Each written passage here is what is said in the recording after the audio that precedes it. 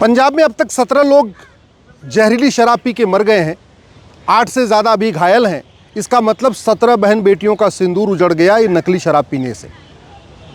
हर साल भारत में जितनी बहन बेटियों का सिंदूर आतंकवादी उजाड़ते हैं, जितनी बहन बेटियों को आतंकवादी विधवा बनाते हैं, उससे ज़्यादा भारत में जो ड्रग स्मगलर हैं उससे ज़्यादा बहन बेटियों को विधवा बना देते हैं। भारत में जितने आतंकवादी मारते हैं, हमारी बहन बेटियों को विधवा बनाते हैं, उससे ज़्यादा नकली दवाई खा के मर जाते हैं, उससे ज़्यादा नकली दूध, नकली घी, नकली तेल खा के मर जाते हैं। भारत में जितनी आतंकवाद की घटनाएं होती हैं, आतंकवादियों के कारण जितने लोग मरते हैं, उससे ज़्यादा लोग घटिया कानून के कारण मर जाते हैं। जितने लोगों को आतंकवादी मारते हैं, उससे ज़्यादा लोग थाने के भ्रष्टाचार कारण आत्महत्या कर लेते हैं, तहसील के भ्रष्टाचार कारण आत्महत्या कर लेते हैं। जितने लोगों को आतंकवादी मारते हैं, उससे ज़्यादा मिलावटखोरी के कारण मर जाते हैं, मुनाफाखोरी के कारण मर जाते हैं।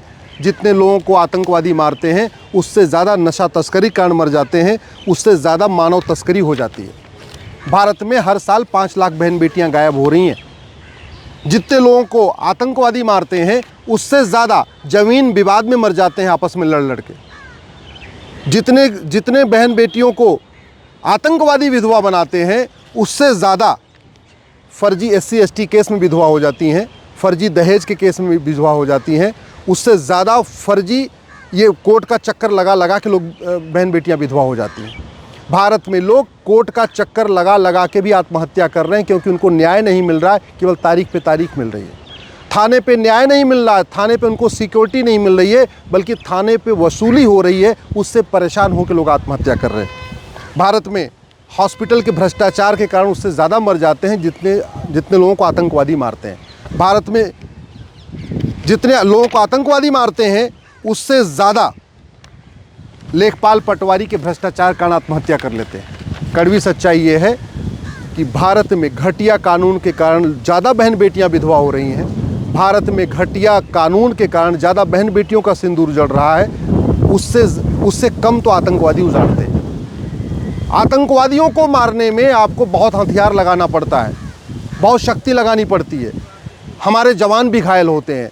जबकि भारत के अंदर जो लोग जिन बहन बेटियों का सिंदूर उजड़ रहा है, उसको आराम से रोका जा सकता है। केवल पुलिस रिफॉर्म करना पड़ेगा, जुडिशल रिफॉर्म करना पड़ेगा, आपको एडमिनिस्ट्रेटिव रिफॉर्म करना पड़ेगा, सिटीजन चार्टर लागू करना पड़ेगा, केवल नियम कानूनों को बदलना पड़ेगा। मैं कई बार कह चुका हूँ कि चीटिंग, फ्रॉड, फोर्जरी के कारण बहुत लोग आत्महत्या कर रहे हैं, साइबर फ्रॉड के कारण लोग आत्महत्या कर रहे हैं, बैंक फ्रॉड के कारण लोग आत्महत्या कर रहे हैं, ये जो घूसखोरी के कारण लोग आत्महत्या करते हैं, कमीशन खोरी के कारण लोग ज़्यादा आत्महत्या करते हैं, मानव तस्करी में ज़्यादा बहन बेटियां हमारी कम हो रही हैं। 1000 बेटियां तो लफ्ज़-ए-जिहाद का शिकार हो रही हैं। इसका मूल कारण घटिया कानून है। 1500 हिंदू पर डे कम हो रहे हैं, 1500 परिवार यानी 10,000 हिंदुओं का प्रतिदिन धर्मांतरण हो रहा है। इसका मूल कारण घटिया कानून है। घुसपैठिए अभी भी आ रहे हैं, घुसपैठियों का सारा डॉक्यूमेंट बन रहा है, और घुसपैठिए यहाँ अपराध बढ़ा रहे हैं। घुसपैठिए यहाँ चोरी, लूट, झपटमारी कर रहे हैं, घुसपैठिए यहाँ किडनैपिंग का कारोबार कर रहे हैं, घुसपैठिए मानव तस्करी कर रहे हैं, घुसपैठिए नशा की तस्करी कर रहे हैं, और इसका भी मूल कारण घटिया कानून है। जितने लोगों को आतंकवादी मारते हैं, उससे ज़्यादा लोग काला जादू, अंधविश्वास में मर जाते हैं, और जितने लोगों को आतंकवादी मारते हैं, उससे ज़्यादा संविधान की शपथ लेने वालों के नकारापन के कारण लोग मर रहे हैं। पंजाब की सरकार, केजरीवाल की सरकार ने आते ही आते कहा था कि मैं पंजाब में नशा बंदी कर दूंगा, शराब बंदी कर दूंगा, पंजाब को नशा मुक्त बना दूंगा, भ्रष्टाचार मुक्त बना दूंगा। और पंजाब में कुछ भी नहीं कम हुआ। न पंजाब में नशे का कारोबार कम हुआ, न पंजाब में भ्रष्टाचार कम हुआ, न पंजाब में घूसखोरी, कमीशनखोरी कम हुई, न पंजाब में मिलावटखोरी कम हुई। मिलावटी शराब पी के लोग मर रहे हैं। तो शपथ लिया था संविधान की कि हम पंजाब को अच्छा राज्य बना देंगे, पंजाब से अपराध ख़त्म करेंगे, पंजाब से भ्रष्टाचार ख़त्म करेंगे, पंजाब से नशे का कारोबार करेंगे, लेकिन कुछ किया नहीं। इसलिए मैं बार बार कहता हूँ, अब समय आ गया है इलेक्शन रिफॉर्म किया जाए, मैनिफेस्टो को मैंडेटरी बनाया जाए। जो पॉलिटिकल पार्टी अपने मैनिफेस्टो में कोई बात लिखे और अगर उसको लागू न करे, उसकी मान्यता रद्द होनी चाहिए। अब समय आ चुका है कि इलेक्शन रिफॉर्म किया जाए, और जो लोग वादा कुछ करें चुनाव के पहले और चुनाव के बाद अगर अपना वादा ना पूरा करें, उनके चुनाव लड़ने पर आजीवन प्रतिबंध लगना चाहिए। अब समय आ चुका है कि ऐसी बातें जो झूठे वादे करते हैं, झूठे बातें करते हैं, झूठा मैनिफेस्टो बनाते हैं, इसको गंभीर अपराध घोषित किया जाए, क्योंकि चुनाव के पहले जितने भी वादे किए जाते हैं, चुनाव के बाद उसमें कुछ भी नहीं किया जाता। केजरीवाल जी की सरकार ने ऐतिहासिक विजय प्राप्त किया। पंजाब के लोगों ने सोचा था कि हाँ, ये आए हैं तो पंजाब का भला करेंगे, पंजाब से भ्रष्टाचार खत्म करेंगे, पंजाब से नशे का कारोबार खत्म करेंगे, पंजाब में धर्मांतरण रोकेंगे, पंजाब में घुसपैठ रोकेंगे, पंजाब में ज़मीनों पे जो कब्ज़ा हो रहा है उसको रोकेंगे। लेकिन केजरीवाल जी ने कुछ भी नहीं किया। इसलिए मैं अब कह रहा हूँ, एक इलेक्शन चार्टर लागू करने की ज़रूरत है। सांसदों विधायकों की रोल्स रिस्पॉन्सिबिलिटी तय करने की ज़रूरत है। कोई व्यक्ति अगर चुनाव के पहले कुछ वादा करे और चुनाव के बाद अगर वो काम नहीं करता है तो उसके चुनाव लड़ने पे आजीवन प्रतिबंध होना चाहिए। कोई पॉलिटिकल पार्टी अपने मैनिफेस्टो में कुछ वादा करे और सरकार बनाने के बाद अगर वो पूरा ना करे तो उस पॉलिटिकल पार्टी की मान्यता रद्द होनी चाहिए और पूरी ज़िंदगी भर उसको दोबारा चुनाव लड़ने का मौका नहीं मिलना चाहिए। जब तक कठोर कानून नहीं बनेगा तब तक इसी तरीके से हत्याएं होती रहेंगी। लोग नकली दूध पी के मर रहे हैं, नकली शराब पी के मर रहे हैं, नकली दवा खा के मर रहे हैं, नकली और भी चीज़ें खा खा के मर रहे हैं। तो ये जो लगातार हमारी बहन बेटियों का सुहाग उजड़ रहा है, जो हमारी बहन बेटियों का सिंदूर उजड़ रहा है, अब इनके ऊपर भी सर्जिकल स्ट्राइक करने का समय आ गया है। मैं माननीय प्रधानमंत्री से निवेदन कर रहा हूँ, भारत की सभी समस्याएं 5 साल में ख़त्म की जा सकती हैं, बस नियम कानूनों को बदलना पड़ेगा।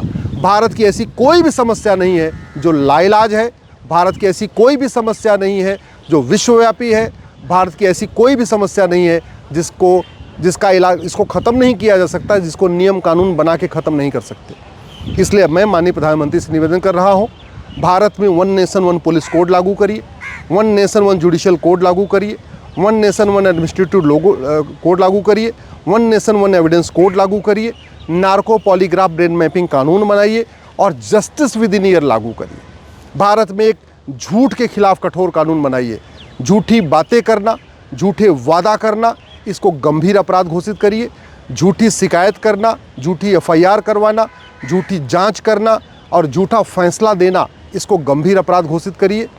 जो लोग फर्जी काम कर रहे हैं इसको गंभीर अपराध घोषित करिए, क्योंकि भारत में घटिया कानूनों के कारण लाखों लोग हर साल मर रहे हैं। रोड एक्सीडेंट के कारण ज़्यादा लोग मर रहे और रोड एक्सीडेंट का मूल कारण है भ्रष्टाचार। इसको रोका जा सकता है। बीमारी के हॉस्पिटल में दवा न मिलने के कारण लोग मर रहे हैं और उसका मूल कारण है सरकारी हॉस्पिटल में भ्रष्टाचार है, दवाइयाँ आती नहीं है, केवल कागज़ पे आती है। ऐसे बहुत सारी समस्याएं हैं जिनका समाधान हो सकता है। इसलिए मैं माननीय प्रधानमंत्री से निवेदन कर रहा हूं, सभी कानूनों की समीक्षा करवाइए। 5 साल से पहले जो भी कानून बने हुए हैं उनकी समीक्षा करवाइए। भारत के संविधान का जो 20% हिस्सा आज तक लागू ही नहीं हुआ है उस पर संसद में चर्चा कराइए। लॉ कमीशन की सारी रिपोर्टें धूल खा रही हैं, वो लागू नहीं हुई हैं, उनको संसद के पटल पे उसको संसद के पटल पे रखवाइए। वेंकट चलैया कमीशन की इतनी सारी बढ़िया शानदार रिपोर्ट थी, वो आज तक संसद के पटल पे नहीं रखी गई, उसमें कुछ भी लागू नहीं हुआ, उसको संसद के पटल पे रखवाइए। इलेक्शन रिफॉर्म के लिए बहुत सारे सुझाव आ गए, आज तक संसद के पटल पे रखे नहीं गए, ना गोस्वामी कमेटी की रिपोर्ट रखी गई, ना लॉ कमीशन की रिपोर्ट रखी गई। उसको संसद के पटल पे रखवा के उस पर चर्चा करा के उसको लागू करिए। अब प्रत्येक कानून को दुनिया का सर्वोत्तम कानून बनाने का समय आ चुका है। मैं प्रधानमंत्री जी को धन्यवाद देता हूँ, आपने ऑपरेशन सिंदूर किया, लेकिन ऑपरेशन सिंदूर से केवल 26 बहन बेटियों का जो सुहाग उजड़ा था उसका बदला हुआ है।